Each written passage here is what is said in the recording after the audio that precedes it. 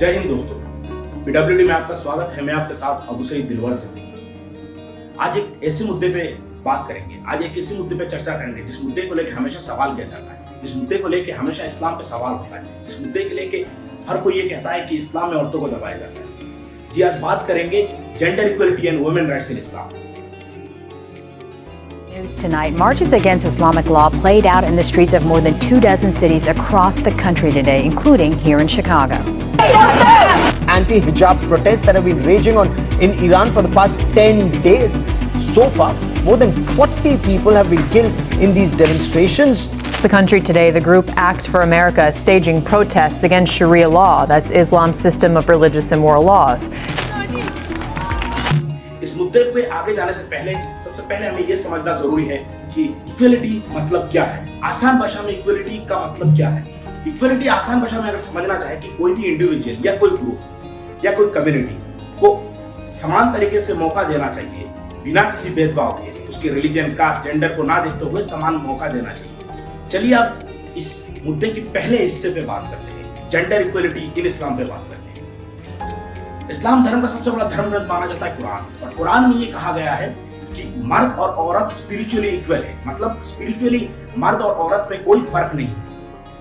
कुरान में ये कहा गया है कि मर्द हो या औरत हो, उनकी अच्छाई के काम को, जो अच्छाई करेगा उसको आज जन्नत दिया जाएगा और जो बुराई करेगा उनको पनिश किया जाएगा। ये है कुरान की बात है। बहुत सारे फेमिनिस्ट, एथिस्ट, लिबरल्स और बहुत सारे लोग ये सवाल करते हैं इस्लाम पे कि इस्लाम पे औरतों को पर्दा का हुक्म दिया गया है, मर्दों को क्यों नहीं, या मर्द इस्लाम में सुपीरियर क्यों है, या औरतें की बच्चों की देखभाल सिर्फ औरतें क्यों करेंगी। ये तमाम सवाल उठता है इस्लाम पे, और ये कहा जाता है कि इस्लाम पे औरतों को दबाया जाता है। चलिए इन मुद्दों पे बात करते हैं। इस्लाम धर्म का सबसे बड़ा धर्म ग्रंथ अगर देखा जाए कुरान, और कुरान में ऐसा एक भी आयत नहीं है या वर्ष नहीं है जिसपे ये कहा गया हो कि मर्द औरत से ज्यादा सुपीरियर हो। रेस्पॉन्सिबिलिटी या जिम्मेदारी को बांटना आप सुपीरियरिटी नहीं कह सकते, बल्कि इस्लाम में सुपीरियरिटी इस बेसिस पे देखा जाता है कि लोगों का अमल क्या है, लोगों का अच्छाई काम क्या है, लोगों ने इस्लाम की जो तरीके हैं उस पे कितने लोग चले हैं, उस बेसिस पे इस्लाम पे सुपीरियरिटी को मान दिया जाता है। अब बात आती है कि इस्लाम में सिर्फ पर्दा का हुक्म औरतों को क्यों दिया गया है, जबकि हकीकत में अगर देखा जाए तो इस्लाम में पर्दा का हुक्म दोनों के लिए, मर्दों के लिए भी है, औरतों के लिए भी है। इस्लाम में औरतों के लिए पर्दा हुक्म इसलिए है क्योंकि इस्लाम में पर्दा को as a symbol of dignity and honour के रूप से देखा जाता है। दूसरी बात यह है कि औरतों को पर्दा का हुक्म इसलिए दिया गया है ताकि वो अपने प्राइवेसी और मॉडेस्टी को मेंटेन कर सके। वहीं मर्दों के लिए भी पर्दा का हुक्म है, वो अपना नजर को हिफाजत में रखे गैर महरमों से। तो ये कहना बिल्कुल गलत है कि इस्लाम में पर्दा का हुक्म सिर्फ औरतों के लिए है, मर्दों के लिए नहीं है। अब आते तीसरे मुद्दे पे, जो सवाल किया जाता है कि एक बच्चे की देखभाल के लिए एक औरत के ऊपर क्यों जिम्मेदारी दिया गया इस्लाम में, एक मर्द को क्यों नहीं दिया गया। देखिए, अगर नेचुरली भी देखेंगे तो एक बच्चे का जन्म भी एक औरत देती है, और एक बच्चों को बड़ा करने में एक औरत का एक अहम रोल होता है। वो ये अहम रोल इसलिए है क्योंकि मर्द से ज्यादा एक औरत एक बच्चे की देखभाल अच्छे से कर सकती है, ये नेचुरल बात है। इसीलिए इस्लाम में एक बच्चे की देखभाल के लिए अहम रोल औरतों को दिया गया है। लेकिन इसका मतलब ये नहीं है कि मर्दों के लिए एक बच्चे की देखभाल में कोई रोल नहीं है। मर्दों के लिए भी एक अलग रोल दिया गया है इस्लाम में। बच्चे की देखभाल के लिए मर्दों के लिए भी जिम्मेदारी है, और वो जिम्मेदारी क्या है। सबसे पहले मर्दों के लिए जिम्मेदारी ये है, अगर वो शौहर हो या पिता हो, तो इस रूप में ये देखा गया है कि परिवार का जिम्मेदारी एक मर्दों के ऊपर दिया गया है। उनका देखभाल, उनका खाना पीना सब मर्दों के ऊपर है। इस पे हम ये देख सकते हैं कि एक बच्चे की देखभाल के लिए एक माँ के लिए या एक औरत के लिए जहां प्राइमरी रोल है, वहीं एक पिता के लिए सपोर्टिव रोल है। तो ये कहना बिल्कुल गलत है कि इस्लाम में सिर्फ औरतों के लिए जिम्मेदारी दिया गया है, मर्दों के लिए भी यहाँ जिम्मेदारी है। इस पहले हिस्से की आखिर में ये कहूंगा कि इस्लाम में जेंडर इक्वलिटी से ज्यादा जेंडर जस्टिस की बात करता है। इस्लाम में उस इक्वलिटी की बात किया जाता है जिसपे जस्टिस हो, उस इक्वलिटी की बात नहीं किया जाता है जो वेस्टर्न इक्वलिटी के नाम पे इनजस्टिस कर रही हो। तो इस्लाम में हमेशा उस इक्वलिटी को प्रमोट किया गया जिस इक्वलिटी में जस्टिस हो, ना कि इनजस्टिस। चलिए अब इस विषय के दूसरे हिस्से में जाते हैं, वुमेन राइट्स इन इस्लाम। इस विषय को लेकर पूरे दुनिया में बहुत सारे मिसकंसेप्शन है, बहुत सारे एक नैरेटिव सेट किया गया है कि इस्लाम में औरतों को दबाया गया, इस्लाम में औरतों को हुकूक नहीं दिया गया है। चलिए इस विषय में बात करते हैं। अगर आप एंशिएंट टाइम पे चले जाएंगे, जब हुजूर पाक सल्लल्लाहु अलैहि वसल्लम के पहले औरतों को जलाया जाता था, लेकिन हमारे नबी मोहम्मद सल्लल्लाहु अलैहि वसल्लम ने आने के बाद औरतों को उनकी डिग्निटी, उनकी रेस्पेक्ट, उनकी ऑनर हुजूर पाक सल्लल्लाहु अलैहि वसल्लम के जरिए मिला है। पहले औरतों को जलाया जाता था, लेकिन हुजूर पाक अलैहि सल्लम आने के बाद इस चीज को बंद किया, इस चीज को खत्म किया, लोगों को मोबिलाइज किया। वुमेन राइट्स को लेकर पूरी दुनिया में इस्लाम के खिलाफ एक नैरेटिव फैलाया गया कि इस्लाम में औरतों को दबाया जाता है, इस्लाम में औरतों के लिए कोई राइट्स नहीं है, औरतों के ऊपर जुल्म हो रहा है। जबकि हकीकत यह है कि इस्लाम ने औरतों को डिग्निटी, रेस्पेक्ट और राइट्स सब कुछ इस्लाम ने दिया है। इस्लाम ने औरतों के ऊपर जुल्म और तमाम चीजों को खत्म किया है। और इस चीज को अच्छे से समझने के लिए हमें इस्लाम आने से पहले औरतों का क्या हाल था और इस्लाम आने के बाद औरतों का क्या हाल हुआ, वो चीज को देखना पड़ेगा। इस्लाम आने से पहले औरतों के ऊपर जुल्म होता था, औरतों को जलाया जाता था, विच हंटिंग के नाम पे औरतों को मारा जाता था। लेकिन वही इस्लाम आने के बाद प्रोफेट मोहम्मद सल्लल्लाहु अलैहि वसल्लम ने इसके ऊपर बंद करने के लिए, तमाम औरतों के ऊपर जुल्म को बंद करने के लिए लोगों से अपील की है। उन्होंने लोगों से कहा कि अल्लाह से डरो और औरतों के साथ अच्छा बर्ताव करो।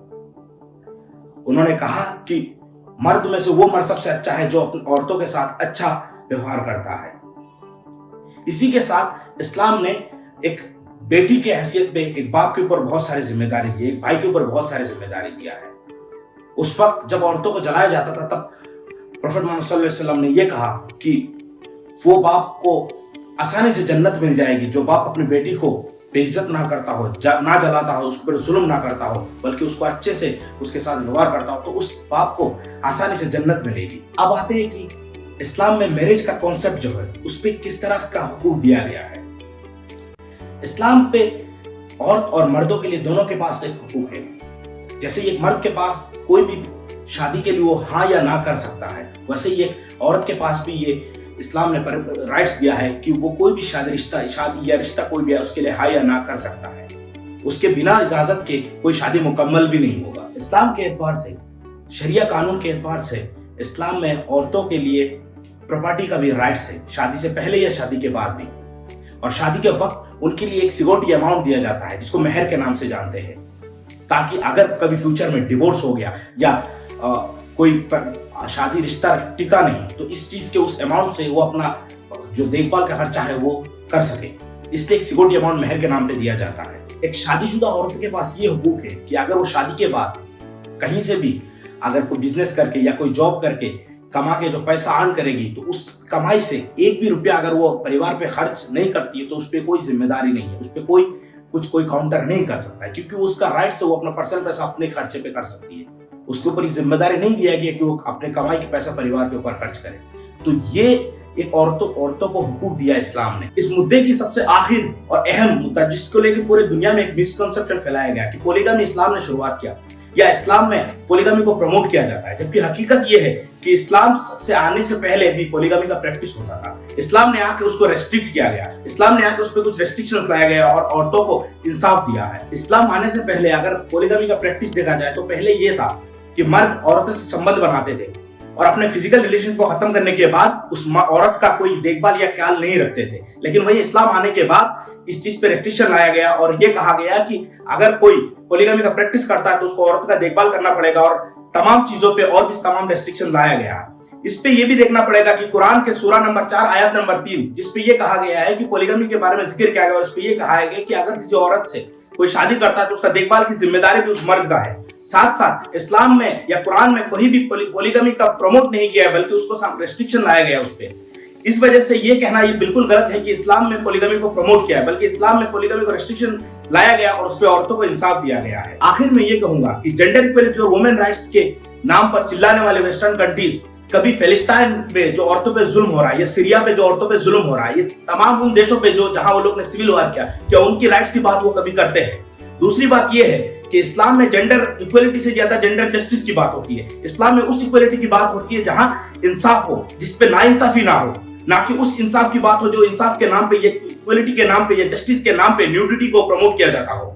जो लोग ये कहते हैं कि इस्लाम में रिफॉर्मेशन लाने की जरूरत है या इस्लाम का कानून को बदलने की जरूरत है, उन लोगों को बस इतना ही कहूंगा इस वीडियो खत्म करने से पहले कि बदलेगा लाख जमाना मगर कुरान नहीं बदला जाएगा, ये कौल मोहम्मद कौल खुदा फरमान नहीं बदला जाएगा। اور اسی کے ساتھ میں آپ سے विदा लेता हूँ. फिर से मुलाकात होगी एक नई वीडियो में और एक नई मुद्दे के साथ. तब तक अपना ख्याल रखें, स्वस्थ रहे और ऐसे तमाम मुद्दे पे चर्चा देखने के लिए जुड़े रहिए PWD के साथ. जय हिंद.